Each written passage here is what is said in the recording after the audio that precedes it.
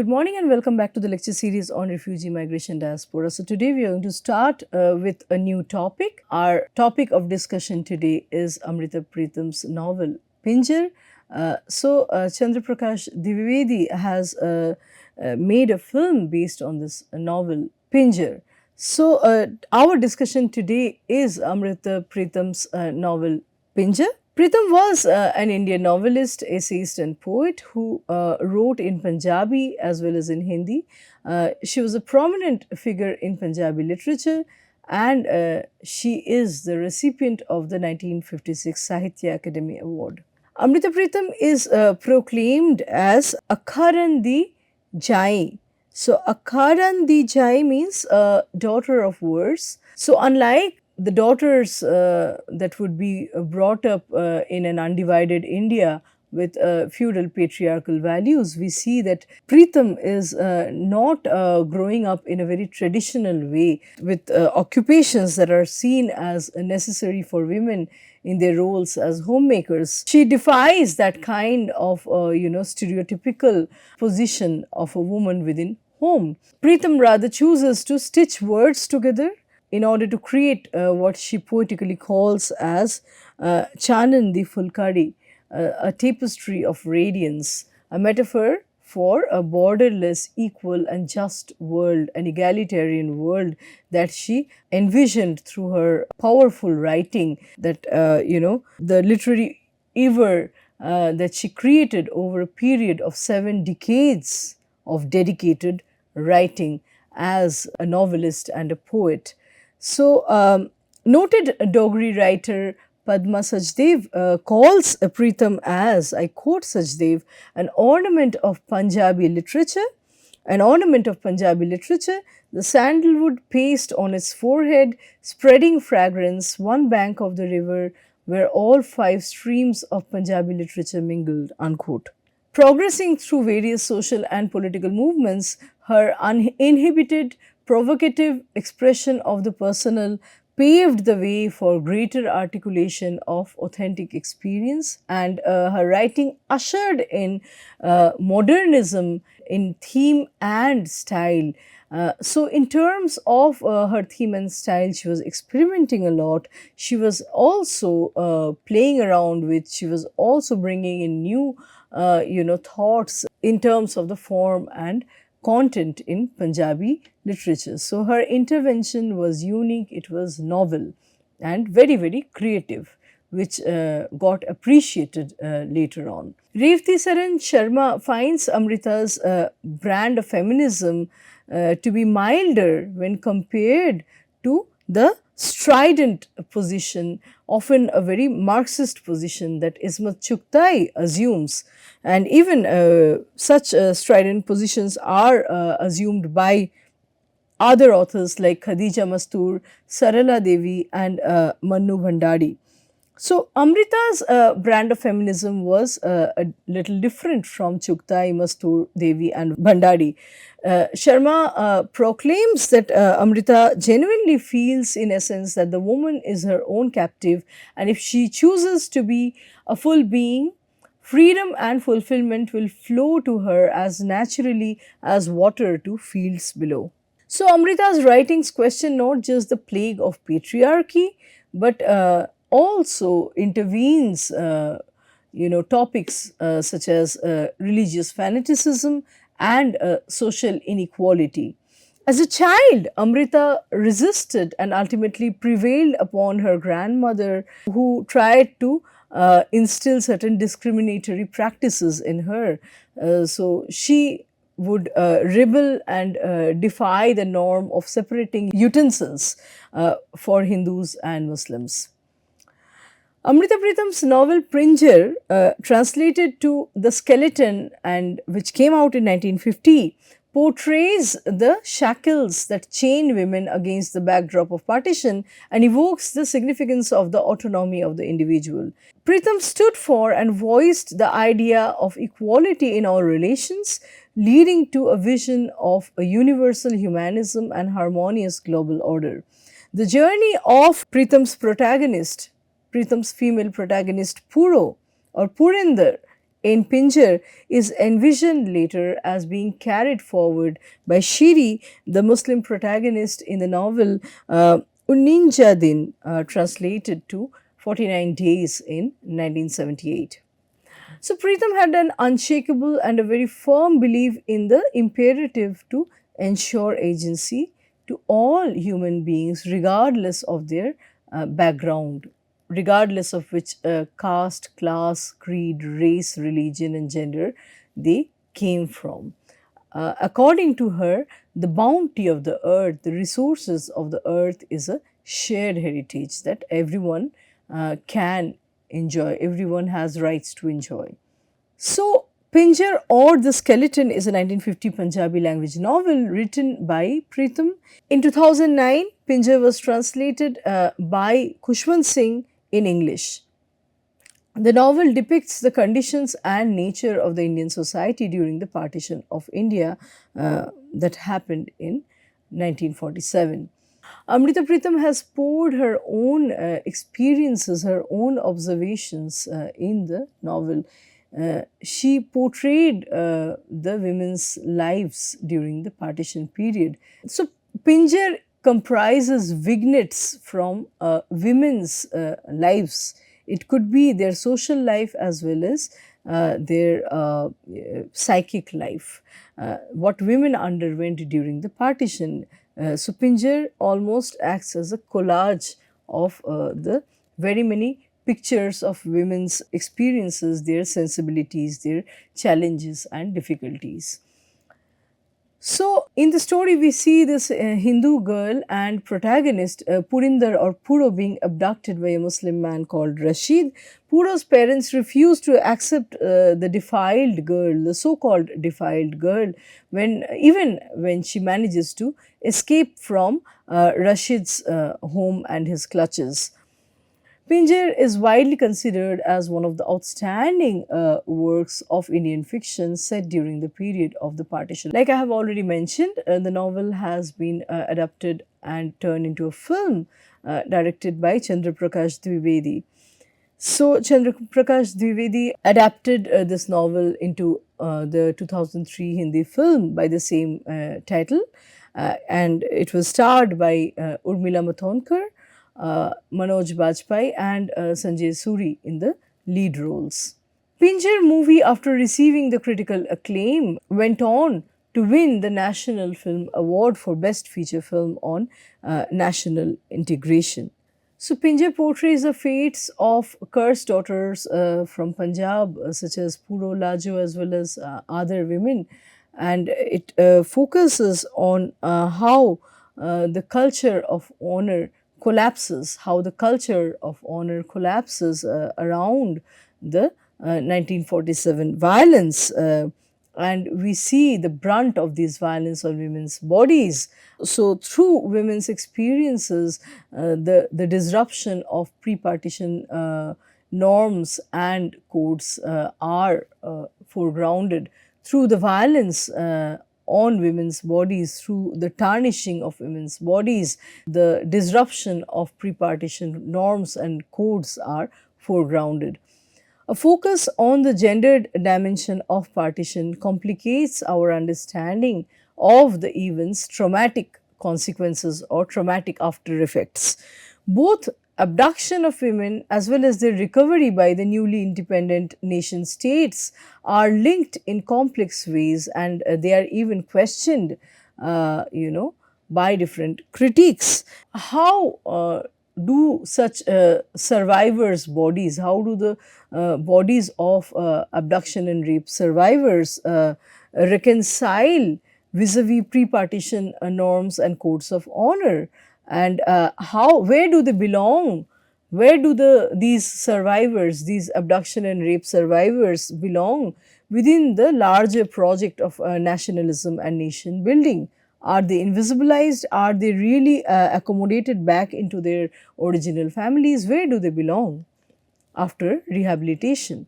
So, the movie adaptation of Amrita Pritam's Pinjar deals with the protagonist Puru's plight and trauma as that of a woman with a fluid identity who is caught in the crossfire of communal frenzy, to quote Nonika Datta.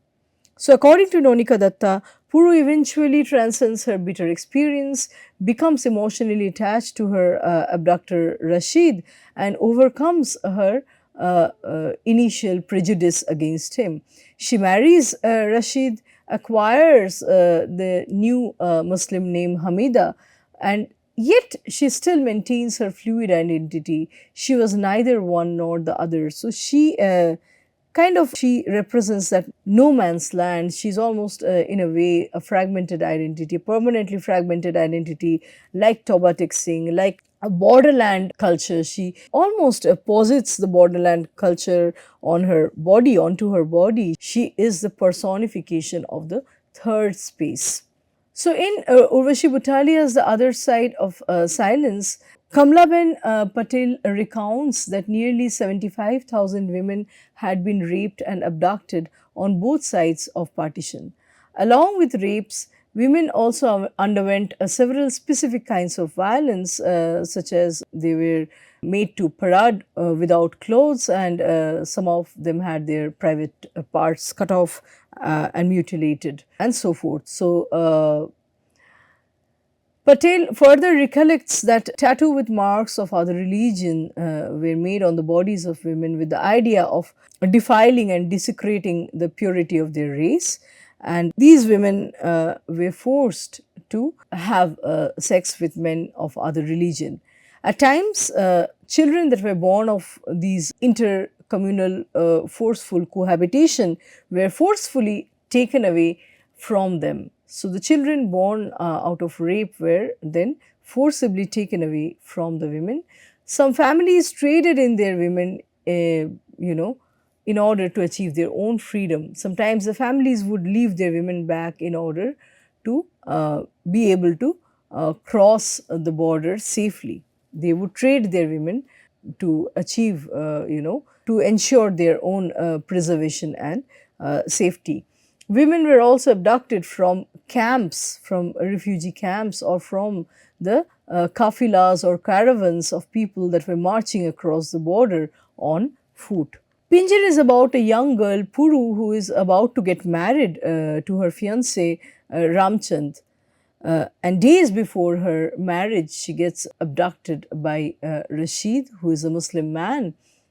And we see that Rashid abducts Puru not only because of a personal, lust or desire for her, but there is also some familial dispute. There is a dispute, long-standing dispute between Rashid and Puru's family, where generations back, a senior woman from Rashid's family had been similarly abducted by Purinder's forefathers, Purinder's ancestors, and their honor, Rashid's family's honor, had been tarnished that way. So, he, as a way of getting even with Purinder's family, he forces, Purinder to go with him. He abducts her forcefully. He marries her by force and changes her name to Hamida. When Puru escapes from her abductor's family, however, her own parents refuse to take her back. That's because they are located in a Muslim majority area, which is to become Pakistan later on. They understand that they are minority in a land, and soon after partition, this land would become Pakistan. So, their agential position is no more. Although they are landlords, they are a well-to-do family, they are aristocrats as compared to Rashid's family, who are essentially peasants. The scenario has changed a lot, in the face of partition, when the Hindus, even if they are landlords, even if they are rich people, they don't have much say in a Muslim majority land. So, if they take Puru back, they might jeopardize their own position in every sense. So, they refuse to accept their female child. Within some months, the partition violence intensifies. this story begins at a point when partition is yet to happen. It's in the pre-partition phase, and then within several months, in some months, the partition violence intensifies, making several people its victim. Through Puru's life, Pritam shows us the lives of several other women who have been similarly victimized by the bifurcation of the Indian subcontinent. So, Puru and her sister in law Lajo's lives can be perceived as having been entrapped in a communal conundrum. They are supposed to play the role of the powerless victim, which, according to Chandra Talpade Mohanty, the third world women stereotype expects them to play. So, Mohanty points out that there is a stereotype about the normative behavior of the third world women. And both Puru and Lajo have these social expectations that expect them to, that entrap them in a way in terms of social values, in terms of social diktats, and expect them to play certain roles, especially the role of the powerless victim, the damsel in distress who awaits masculine intervention and, who awaits a savior to come and save them. So, here we would also see that paradoxically Puru's fiance's name is Ramchandar, and in the original epic Ramayana, Sita is a very docile, meek woman who is waiting for her husband Ram to come and rescue her. It's very different in the story here. Although her fiance is Ramchand, Puru writes her own fate. She is the enactor, she is the enabler of her own fate. She decides which side of the border she belongs and what would happen to her future. So, Lajo's character in the novel and in the film is an example of a stereotypical, third world woman that Mohanty is talking about. Lajo is dependent. Lajo depends on her family and on Puru for her protection and for her happiness. So, she cannot support herself. On the other hand, Puru is unconventional in that sense because she defies the stereotype by owning her own life choices and by protecting and rescuing another victimized woman that Lajo is. Puru is not only preserving herself, but later on she emerges as a very strong person and she rescues her sister-in-law Lajo. So, Pritam shows how Puru, who later on becomes Hamida, defies patriarchal and territorial boundaries and effectively uses her agency to understand the reality of partition by choosing to stay on in Pakistan. The issue of abduction is central to Pritam's concerns, but she is dealing with this, topic of women's abduction with a difference. Pritam situates the issue of abduction within the framework of Hindu patriarchal identity and the patriarchal families, the feudal families' anxiety. So, Pritam's worldview in a way contrasts with the chauvinist perspective that interprets abduction as an act of Muslim depravity and aggression, and which tends to target the entire Muslim community for as culpable. So, Pritam is looking at this issue of abduction beyond the Hindu-Muslim, tiff or Hindu-Muslim difference. She shows how the woman is doubly victimized, where once she is taken away by the Muslim male and she chooses to run away from there, even her Hindu family is not taking her back because they are also tied down by certain feudal, patriarchal values and constraints. So, rather than really, targeting any community, for example, the Muslim community as entirely culpable, she is targeting patriarchy and patriarchal values. Both the Muslim and the Hindu men, are being in a way criticized through Pritam's writing. So, Pinjar is the story of a woman's liminal position in the face of hardening religious and national boundaries. Puru or Hamida is an example of that liminality. and yet she emerges as an active agent in shaping her own destiny. She is the enabler of her own destiny.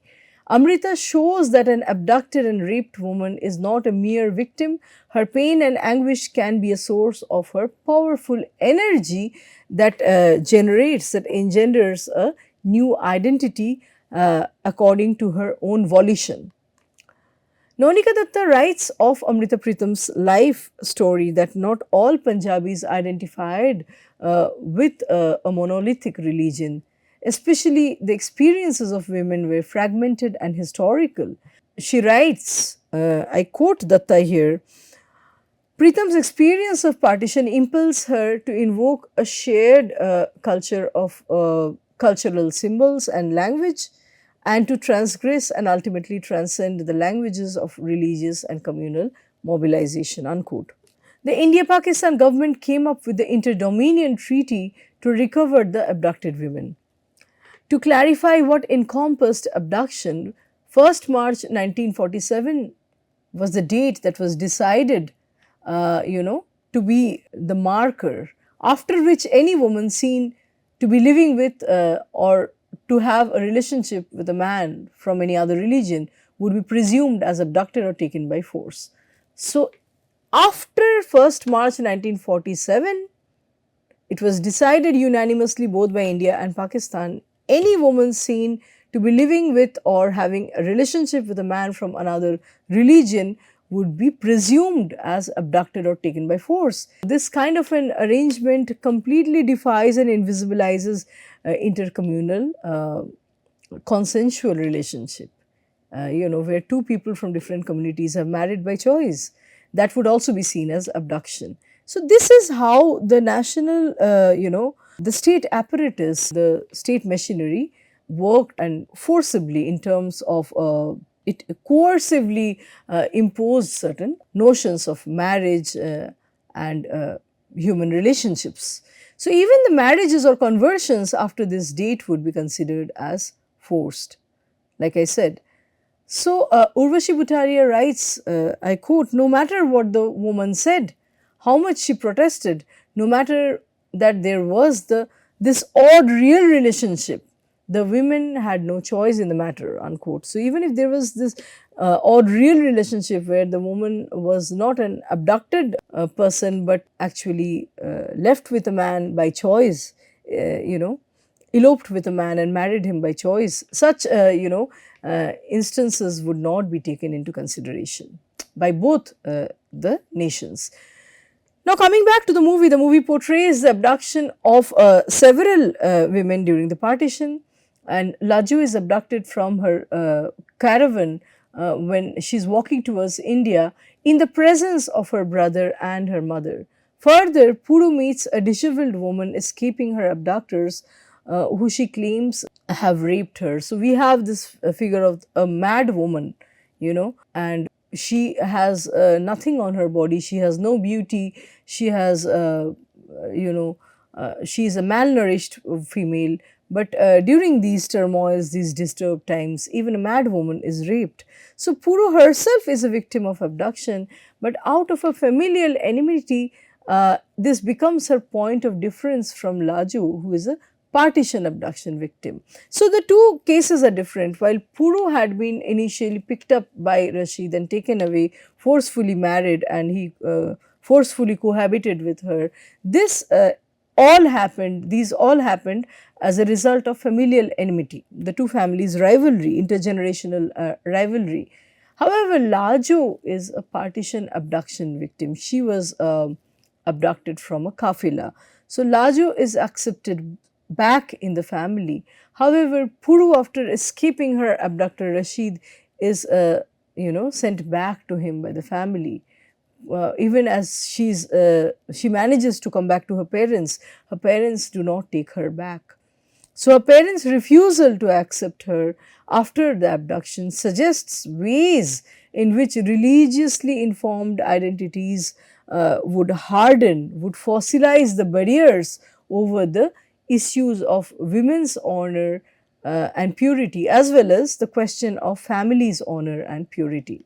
Puru or Hamida's refusal to succumb to the state policy of recovering abducted women in 1947 on the basis of the religious identification resonates with the attitude of all those women who resisted being recovered. So Puru's decision to stay back in Pakistan with Rashid, and not come back to her, original fold, reflects the attitude of women who resisted being recovered. And they legitimized their cross religious relationships.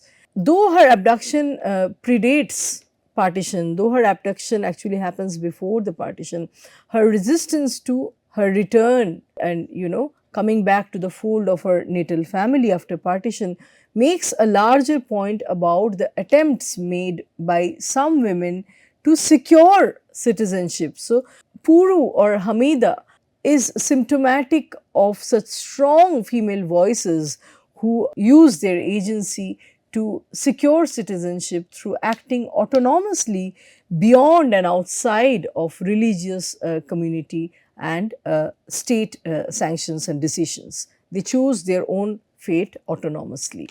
While reflecting on her abduction, a sense of resentment surged in Hamida's mind. So, this is what Hamida thinks. When it happened to her, religion had become an insurmountable obstacle. Neither her parents nor her in laws to be had been willing to accept her. And now the same religion had become so accommodating. Later, when her family wants to take her back, this is what Hamida thinks. Initially, they were not ready to take her back. Religion, family values, all these things were seen as obstacles. Now, the same people are trying to be so accommodating. So, the abduction and rape of the women led them towards a hatred for their own bodies, and often there would be a constant sense of defilement. Manto, in this regard, shows in his story, in his short story, The Dutiful Daughter, how many women after abduction, after rape, after mutilation of their bodies would recourse to substance abuse. They would become alcoholic, and they would sometimes go to the brothels because there was no way of coming back home into a normal life.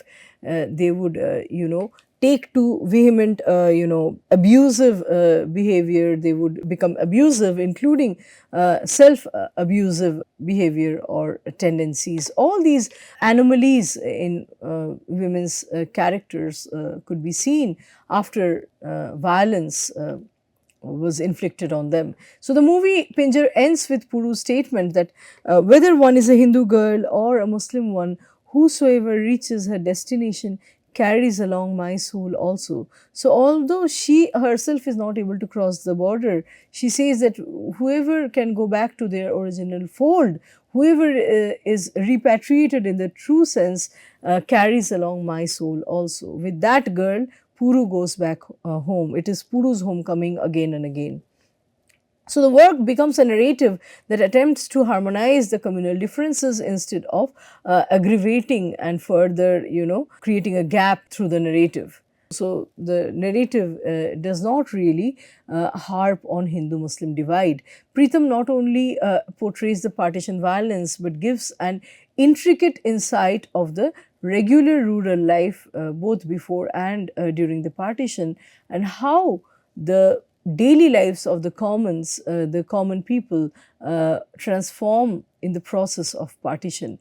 Communal trouble, women's abduction, rapes would also exist. They would still happen even before the partition violence. So, what partition changed, or what changed with partition, is the scale or the magnitude of these abductions. Although intercommunal, hostility had always been there in a controlled way, in a controlled measure, that entire hatred kind of would blow up. It blew up beyond proportion and went uncontrollable during the partition. There would be mass rape and abductions that could not be controlled. So, abduction and rapes before partition occurred in a hushed manner. It would be usually swept under the carpet. The way Rashid and Puru's families, deal with Puru's abduction through suppressing the issue and not accepting her back, which in a way exposes the attitude towards abduction and rape, driven by feudal values, especially the aristocratic families.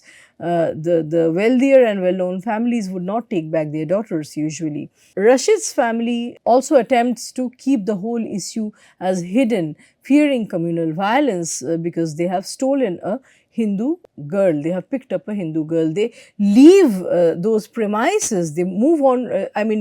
After Puro's abduction, Rashid's family actually travel to their remote village. So no one would know that Rashid has abducted a Hindu girl. Further, they change Puru's Hindu name. Purinder is a Hindu Punjabi name. So they change her name to Hamida. They tattoo her hand with the name of Hamida, which is a Muslim name. So partition becomes a reason to openly violate women without fear. Now with partition, the violation is upscaled. There was no more reason to carry out the heinous act secretly. So the secrecy around abduction just went away, and thousands of women were falling victims in the hands of men from the other community.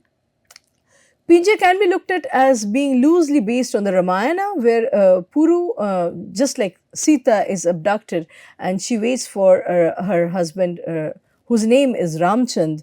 However, they never get to meet in the story. They are parted forever. So, Ramchand's name appears to be intentionally given to the character to allude to the epic Ramayana. But this is a Ramayana differently written because Puru is not a very docile or a very meek, humble character. She's a very strong woman. So during the movie, at one point, Puru confirms the perspective of herself being Ramchand's Janki. She says at a point that I am Ramchand's Janki, I am waiting for my fiance. And she was supposed to get married to this man. We see later in the novel and in the film that Ramchand doesn't get married, and people often refer to his not getting married as his vanvas or exile. When Puru does not come back from Pakistan, Ramchand decides not to marry all his life, and his friends see him as staying in a permanent exile or vanvas. So Pritam presents an alternative end to her representation of Ramayana. It is almost a rewriting of Ramayana when Puru denies to return, come back to Ramchand, and she chooses to live with Rashid in Pakistan.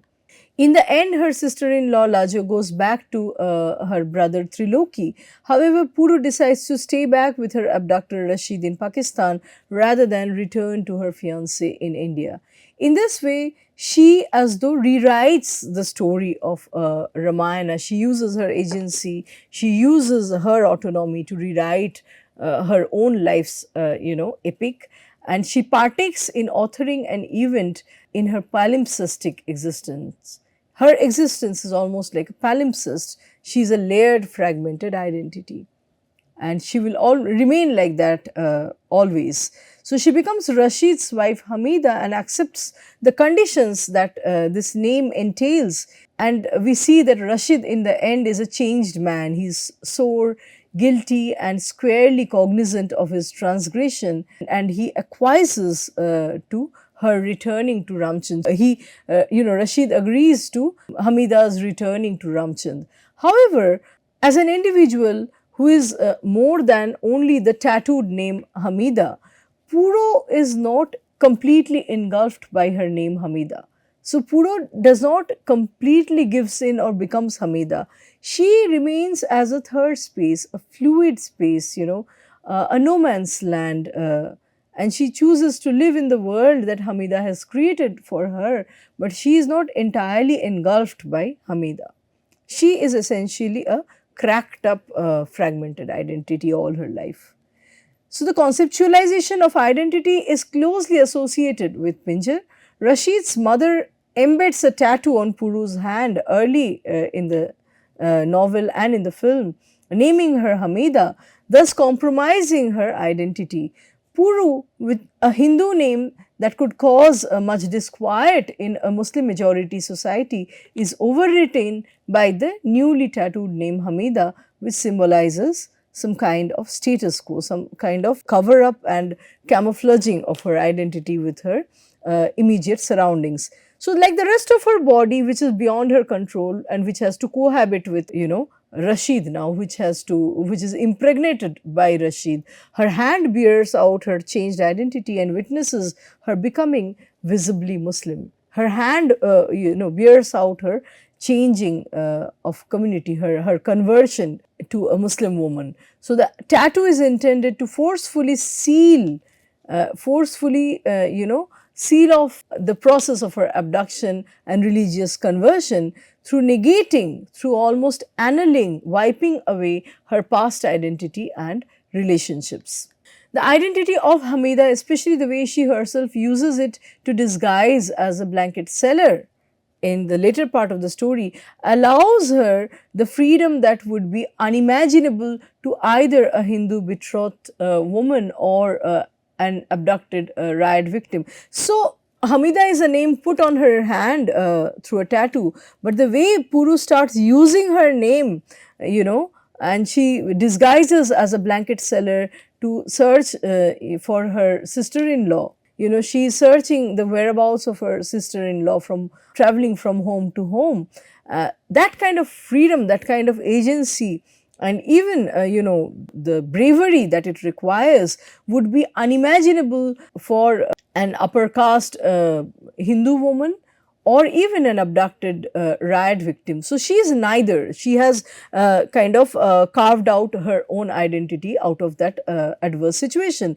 Her figuration of Hamida is that of a poor Muslim woman who is selling wares and is behaviorally not dictated by the strictures of the upper class, because she is a blanket seller. She can travel from home to home. She can enter an unfamiliar terrain, an unfamiliar household, freely associate with unknown people, and ultimately she can play the savior of another female victim, in this case her sister-in-law Lajo. After assuming the identity of Hamida, Puru treats Rashid as an equal partner who is going to support her personal goal. So, we see that although initially Rashid is her abductor, later he is a changed man, and he is more of an equal partner and a friend who supports her personal goal. Rashid helps her to rescue her sister-in-law. So, a kind of man-woman relationship is seen that she had earlier never experienced with any other male relative in her past. So, even her father, her brother, they used to love her a lot, but there was this tinge of patriarchal values, looming through these relationships. With Rashid, it becomes a very transformed, very equal kind of relationship later in the story.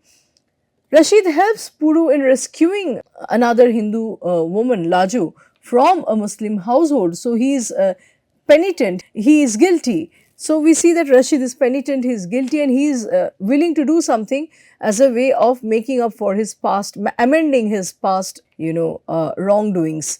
So, Puru uses her tattooed name Hamida to her own advantage for winning the confidence of the abductor's family. They take her for a Muslim woman, and then that enables her to help her sister-in-law escape captivity. This is an instance of Puru translating her body mark, the tattoo, into a site of power. That same tattoo, which was a site of oppression, of her, of erasure of her past, of complete victimhood, later on becomes a site of power and agency. So, Puru's tattoo is not etched on her body in normal times. It permanently defines her as a war prize. So, she is like a war prize. She is taken away from a Hindu home and she is redefined with another name on her hand. Yet, the tattoo also delineates a reverse journey for her, from being an outsider in the Muslim community that inspires communal rivalry to becoming akin to her abductor's family. And so, the Hamida name, makes her more easily, transition her victimhood and become akin in the abductor's family. She is able to fit into the immediate cosmos of Rashid's family and surroundings, and they begin to trust her and embrace her within the new space, owing to this name Hamida. So Hamida becomes a new reality while the partially raised ghost of Puru keeps coming back to haunt Hamida now and then. So she can never entirely become Hamida, or Hamida cannot just engulf her entirely. Puru comes back to haunt her again and again. So even after being forced to marry Rashid, Puru fantasizes her marriage with Ramchand. It comes back to her mind, it occurs to her what would happen if she married Ramchand. She fancies, uh, getting married to Ramchand. So there is a clear tension between these two identities when, Puru's brother Triloki, as a way of taking revenge on Rashid, sets his crops to fire. So Triloki, Puru's brother, is setting fire to Rashid's crops. But who is that affecting? That is not doing any good to Puru. It is actually affecting Hamida's household. So, because of Triloki's rash action, Hamida's household suffers, because Puru is not only Triloki's sister by then, she is also Rashid's wife. So, if Rashid's crops are burned, Hamida's household suffers. So, this instance actually shows the cracked identity, the fragment, within the same person. She is a fragmented self, where the ghost of Puru comes back to haunt Hamida.